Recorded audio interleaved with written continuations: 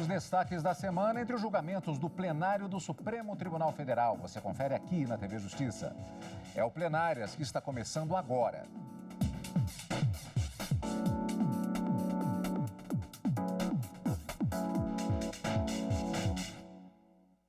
Hoje, com os principais momentos das sessões dos dias 2 e 3 de setembro de 2020. Vamos conversar com a Karina agora exatamente a respeito desses julgamentos que marcaram a semana. Na verdade, 2 julgamentos, Karina. Na sessão da quarta-feira, um tema foi encerrado, o julgamento chegou à sua finalização. E na quarta-feira nós tivemos o início de uma outra temática, de um outro julgamento, com relatório, sustentações orais e o voto da relatora ministra Carmen Lúcia. Vamos começar fatiando o tema, como sempre, a partir da sessão da quarta-feira. Qual foi o julgamento que foi encerrado?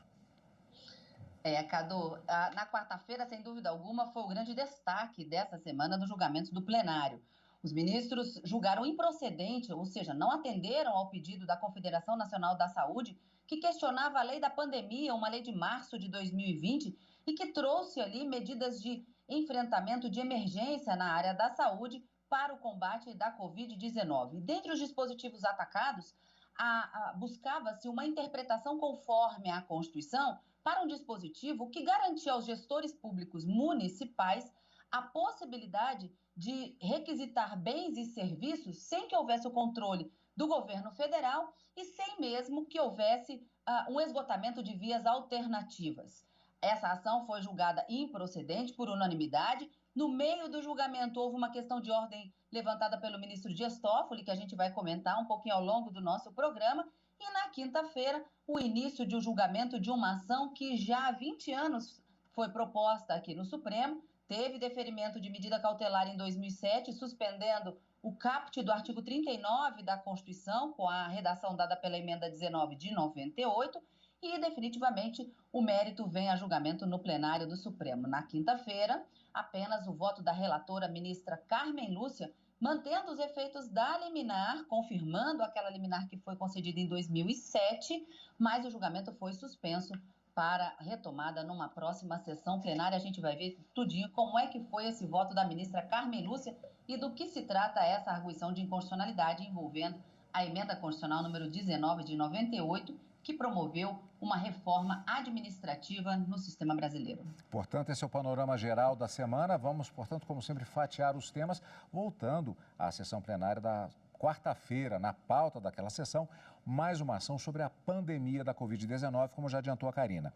Desta vez, a ação questiona se gestores locais de saúde poderiam requisitar bens e serviços da iniciativa privada para o combate à doença sem o controle da União. Antes de vermos como foi o julgamento, vamos saber um pouquinho mais a respeito desse tema. A ação é da Confederação Nacional de Saúde, questiona principalmente o limite do poder público para requisitar leitos de terapia intensiva na rede privada. Com a pandemia do novo coronavírus, segundo a Confederação, além da lei federal que coloca o país em estado de calamidade pública, alguns estados e municípios editaram decretos locais sobre o assunto. Isso autoriza autoridades regionais a requisitarem UTIs em hospitais particulares a qualquer momento. Para a Confederação Nacional de Saúde, essa possibilidade deve ser vinculada a ações do governo federal para não desequilibrar a política unificada de enfrentamento à Covid-19 no país. A entidade alega ainda que o abuso de pedidos municipais e estaduais gera insegurança jurídica e prejuízo a estabelecimentos particulares de saúde, que perdem o direito de propriedade. O relator da ação no STF é o ministro Ricardo Lewandowski. E em sessão realizada por videoconferência, o plenário do Supremo Tribunal Federal, por unanimidade, julgou improcedente a ação proposta pela Confederação Nacional de Saúde, que questionava, como vimos, se estados e municípios poderiam requisitar bens e serviços sem controle do Ministério da Saúde durante a pandemia. O Brasil tem mais de 3.900.000 casos de infectados e mais de 122 mil pessoas já perderam a batalha contra a Covid-19. Com a falta de leitos na UTI na rede pública, governadores e prefeitos recorreram à rede privada para atender pacientes do SUS. Foram editados decretos pelos estados e municípios declarando o estado de calamidade pública. Com isso, eles ficaram autorizados a requisitar a utilização de leitos de UTIs de hospitais privados sem burocracia. A Confederação Nacional de Saúde entrou com ação direta de inconstitucionalidade no Supremo. A ação discute a requisição de bens e serviços privados pela administração pública para o combate à Covid. Em discussão, o artigo 3º da Lei 13.979 de 2020, que estabelece medidas de enfrentamento à pandemia do coronavírus no âmbito das licitações e contratações. O argumento é que a norma fere o direito de propriedade e a livre iniciativa. A CN Saúde defende que o controle deve ser feito pelo Ministério da Saúde. O que se pretende é atingir uma coordenação, atingir um sistema lógico de cooperação entre os diversos entes, porque o que está se verificando na prática hoje é um conflito de requisições, é um litígio em que requisições feitas por entidades municipais competem com requisições feitas por entidades, por autoridades estaduais e até mesmo federais. A Advocacia Geral da União defendeu que seja dada interpretação conforme a Constituição à questão da requisição administrativa. Embora a União não vá prestar diretamente o serviço, ela pode sim fazer esse papel de coordenação diante da sua capacidade institucional para lidar com essa complexidade. O Ministério da Saúde não vai prestar diretamente todos esses equipamentos que foram até aqui requisitados, eles estão sendo repassados para os estados, para os municípios, de forma coordenada, de forma criteriosa. O parecer da Procuradoria-Geral da República foi pela improcedência da ação. A requisição não é um mal, a requisição é um bem. A posição aqui do Ministério Público é pela absoluta suficiência do Sistema Constitucional, do Sistema Único de Saúde, para dar, nos termos da lei, sem nenhuma necessidade de mudança interpretativa ou hermenêutica, o tratamento regular do funcionamento do Estado. O relator ministro Ricardo Lewandowski começou o voto ressaltando a relação do federalismo com a democracia, dizendo que os estados e municípios são sócios da União e destacou o poder-dever dos entes federados em cuidar da saúde.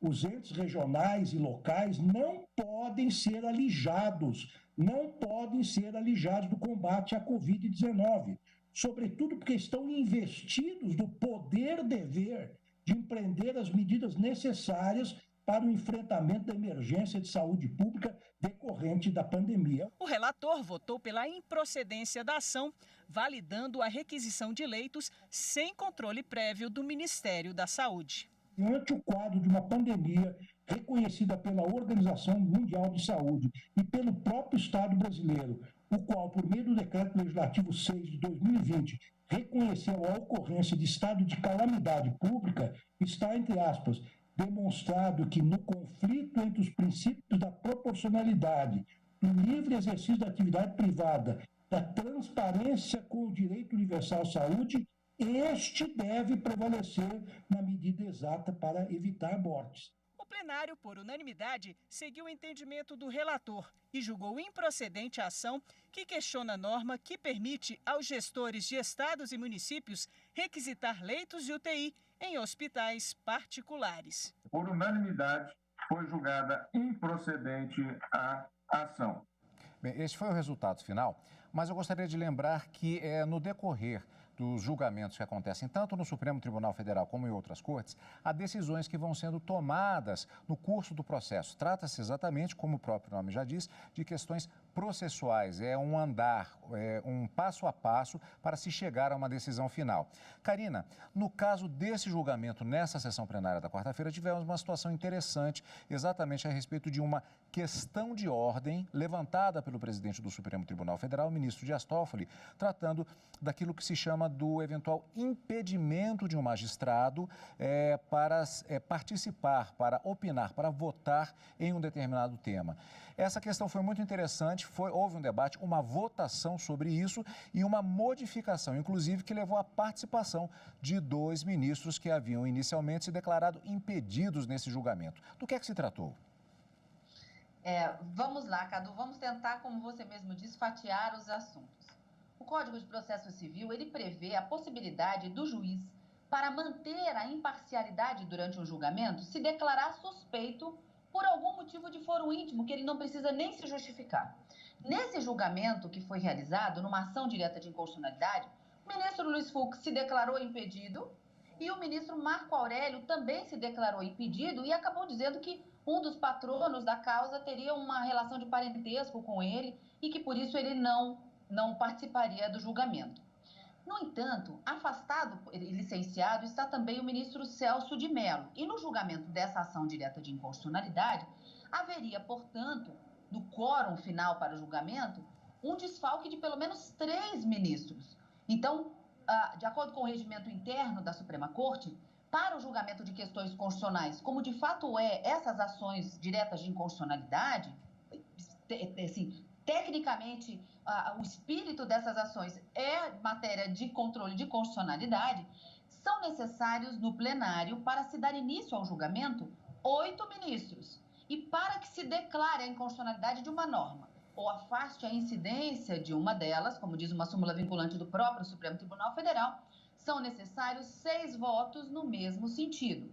O ministro Dias Toffoli, ele trouxe uma questão de ordem durante o julgamento dessa ação direta de inconstitucionalidade para lembrar um julgamento em que a Suprema Corte já teria fixado o entendimento de que não cabe a alegação de impedimento por suspeição em ações de controle concentrado de constitucionalidade, no que a gente chama, dentro do direito constitucional, naqueles processos objetivos. O que isso significa? Significa, o ministro queria dizer que nessas ações não se está discutindo o direito individual de uma pessoa que está sendo preterido e por isso ela ela teve que ir à justiça para buscar a solução daquela controvérsia. No caso dessas ações de controle concentrado, o que se busca é prevalecer a supremacia da Constituição, garantir essa supremacia. Então, se questiona uma lei, em tese genérica e abstrata, que estaria contrariando a norma constitucional e que, portanto, não caberia ou não se deveria haver essa alegação de impedimento de suspeição por parte dos ministros. O ministro trouxe esse entendimento como já consolidado na Suprema Corte, mas passou-se a votação para saber se efetivamente eles aplicariam esse entendimento nesse julgamento ou se manteria a suspeição alegada pelos 2 ministros. E aí, nesse caso, só ficou vencido o ministro Edson Fachin, que entendeu que deveria prevalecer o Código de Processo Civil, mas ministro Luiz Fux e ministro Marco Aurélio, que haviam se declarado impedidos e que acompanhou todo o processo, né, da sustentação oral, relatório e o voto do ministro relator, se sentiram confortáveis para afastar o impedimento e aí proferirem o seu voto nessa ação direta de inconstitucionalidade. Mas a tese fixada nesse caso, nessa questão de ordem, foi de que, em regra, não haveria essa alegação de impedimento por suspeição, mas se o ministro ainda assim não se sentisse confortável para proferir o seu voto, fica a critério dele se afastar e declarar-se impedido. Cadu. Agora, Karina, aí com isso nós tivemos a finalização do julgamento. O que é que podemos falar a respeito desse resultado? Portanto, ficou mantida a possibilidade desses gestores municipais de efetuar essas requisições de bens e de serviços, ainda que sem o controle da União, do governo federal, e mesmo que não houvesse uma oitiva prévia daquela entidade que fosse atingida.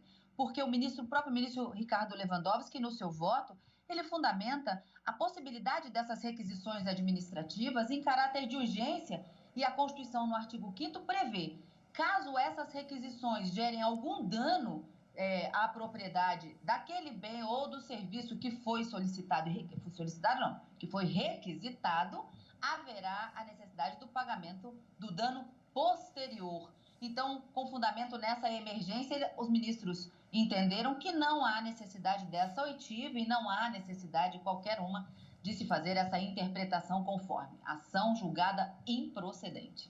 Portanto, sessão plenária da quarta-feira, mas os trabalhos não param. Nós vamos conferir depois do intervalo, no próximo bloco, como é que foi a sessão plenária da quinta-feira, especificamente em debate a questão do regime jurídico único. Daqui a pouquinho, logo depois do intervalo.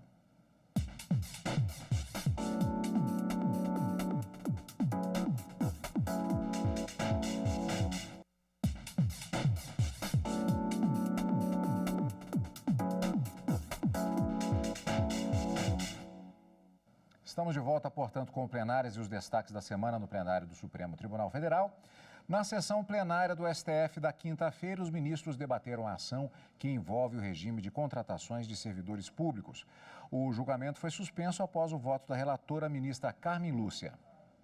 Hoje, os servidores públicos seguem o chamado regime jurídico único, que regula a relação entre os servidores públicos e a administração e prevê a estabilidade do cargo.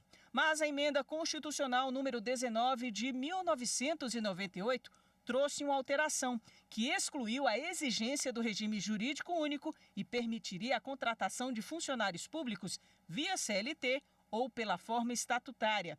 Os partidos PT, PCdoB, PDT e PSB entraram no Supremo com ação direta de inconstitucionalidade, alegando que a emenda constitucional foi promulgada sem que as alterações feitas pelo Senado fossem aprovadas em 2 turnos pela Câmara dos Deputados. A ADI foi proposta em 2000 e teve liminar confirmada por 8-3 pelo plenário em 2007, para suspender apenas o caput do artigo 39.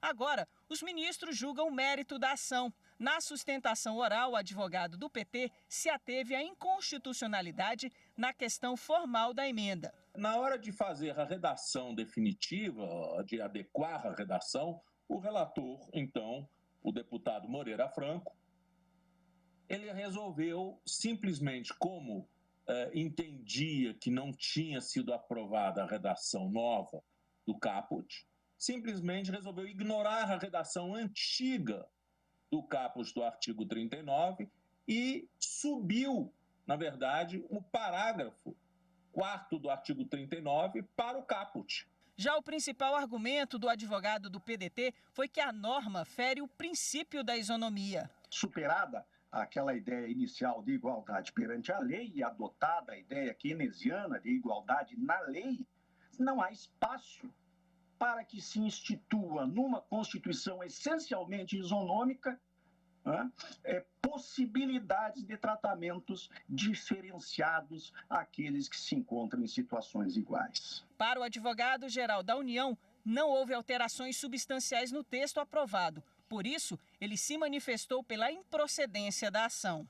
Passados 13 anos da liminar, a retomada da possibilidade que já existiu por quase 10 anos não traria nenhuma dificuldade, ao contrário, possivelmente representaria saudável oxigenação em termos de leque de possibilidades para os entes em suas respectivas esferas de autonomia. A Procuradoria-Geral da República manteve o parecer anterior e opinou pela inconstitucionalidade da emenda. O provimento no dia de hoje que subverta a estabilidade que se criou ao longo desses 20 anos deste processo, entende o Ministério Público, seja de todo prudente não ser abalada. A ministra Carmen Lúcia votou pela procedência parcial da ação, ou seja, mantendo o regime jurídico único para a contratação de servidores. Julgar parcialmente procedente a presente ação para declarar a inconstitucionalidade formal do caput do artigo 39 da Constituição da República, que foi alterado pela emenda constitucional número 19, portanto, confirmando a cautelar deferida por este plenário, até mesmo, senhor presidente, quanto à definição dos efeitos. E, portanto, o que se manteve de 98 até 2007, até para evitar um caos administrativo ou uma situação realmente de profunda insegurança, foi mantido. Ora, 13 anos depois daquela ultimação do julgado, parece-me que é de todo conveniente manter-se o que foi definido naquele momento. O julgamento foi suspenso depois do voto da ministra Carmen Lúcia. Pois é, Karina, portanto, não temos ainda uma definição, porque já foi cumprida essa etapa da apresentação dos argumentos no plenário e o voto já da ministra relatora, que embasa justamente a expectativa de voto dos demais ministros. Mas nós temos aqui, portanto, já como um primeiro direcionamento por parte da ministra relatora, um entendimento parcial com relação à inconstitucionalidade alegada. Exatamente. A ministra confirmou o que já havia sido decidido em 2007 pela inconstitucionalidade formal para a suspensão do caput do artigo 39, como de fato já vinha acontecendo desde que agosto de 2007, quando a liminar foi concedida. Vamos entender só um pouquinho, Cadu. O principal argumento trazido pelos 4 partidos autores nessa ação direta de inconstitucionalidade é justamente uma inconstitucionalidade formal da emenda à Constituição, e vários dispositivos foram questionados e buscando a sua inconstitucionalidade, porque o texto que foi aprovado, segundo os partidos autores, não teria sido submetido à Câmara dos Deputados depois do Senado da República ter promovido alterações substanciais e de mérito e que precisariam, de toda forma, de acordo com o que a própria Constituição determina para a aprovação de uma emenda à Constituição, ser deliberado em 2 turnos, com votação por 3/5 pela Câmara dos Deputados. Então, essa era a argumentação de inconstitucionalidade e que se buscava a suspensão de diversos dispositivos. E havia também uma alegação de inconstitucionalidade material envolvendo o artigo 60, parágrafo 4º, já que o princípio da isonomia também estaria sendo violado, enquanto direito fundamental, direito e garantia fundamental, previsto como cláusula pétrea nesse artigo 60, parágrafo 4º, ao lado de outros direitos também, que sequer um projeto de emenda à Constituição poderia ser proposto para poder ser alterado. Então, a ministra Carmen Lúcia, ao votar, ela afasta essa alegação de inconstitucionalidade formal em relação a diversos dos dispositivos questionados, entendendo que essas alterações não teriam sido substanciais e que, portanto, não necessitariam de voltar à deliberação na Câmara dos Deputados, mas confirma a inconstitucionalidade do artigo 39 na redação que havia sido dada pela emenda 19 de 98, mantendo-se, portanto, a redação originária, como de fato vem sendo aplicada desde a concessão da medida liminar. Estados, municípios, União e o Distrito Federal devem instituir, no âmbito das suas competências, regime jurídico único e plano de carreira para os servidores públicos, tanto da administração pública direta, autárquica e das fundações públicas, Cadu. Pois, portanto, destaque na sessão plenária da quinta-feira. Nós vamos continuar acompanhando esse julgamento quando ele retornar ao plenário do Supremo Tribunal Federal. Antes de abrir a sessão plenária da quarta-feira, o presidente do Supremo Tribunal Federal, o ministro Dias Toffoli, fez o lançamento do livro Memória Jurisprudencial, ministro Teori Zavascki. A obra é uma homenagem ao magistrado que por 4 anos ocupou uma das cadeiras da Suprema Corte. Teori Zavascki morreu em um acidente de avião em janeiro de 2017. A obra, ora lançada em memória jurisprudencial ao ministro Teori Zavascki, integra a coleção que foi iniciada na gestão do ministro Nelson Jobim e se destina essa coleção a recuperar e manter a memória institucional, política e jurídica do Supremo Tribunal Federal, por meio do resgate da vida e da obra dos seus ministros de hoje e de sempre. Os julgados em destaque na obra que está sendo lançada retratam a magnitude do legado deixado pelo ministro Teori Zavascki para o aperfeiçoamento dos institutos processuais e do Estado Democrático de Direito. Casos extremamente importantes foram incluídos na obra, como a condução dos processos do STF a respeito da chamada Operação Lava Jato, a prisão de um senador da República e o afastamento do então presidente da Câmara dos Deputados. Lançar o volume da memória jurisprudencial dedicado ao ministro Teori Zavascki durante minha gestão como presidente do Supremo Tribunal Federal será uma alegria inesquecível e carregarei por toda a minha vida. Karina, encontro marcado, portanto, na próxima semana com mais decisões do Supremo Tribunal Federal na sessão da quarta-feira, porque na quinta-feira nós temos sessão solene de posse do novo presidente e vice do Supremo Tribunal Federal e do Conselho Nacional de Justiça. É isso aí, Cadu. Na próxima semana, quarta e quinta-feira, na quarta a partir das 14 horas e na quinta acompanhando a sessão de posse. E nesse final de semana o encontro marcado é com plenárias. Obrigado pela sua companhia, como sempre. E continue conosco aqui, na TV Justiça.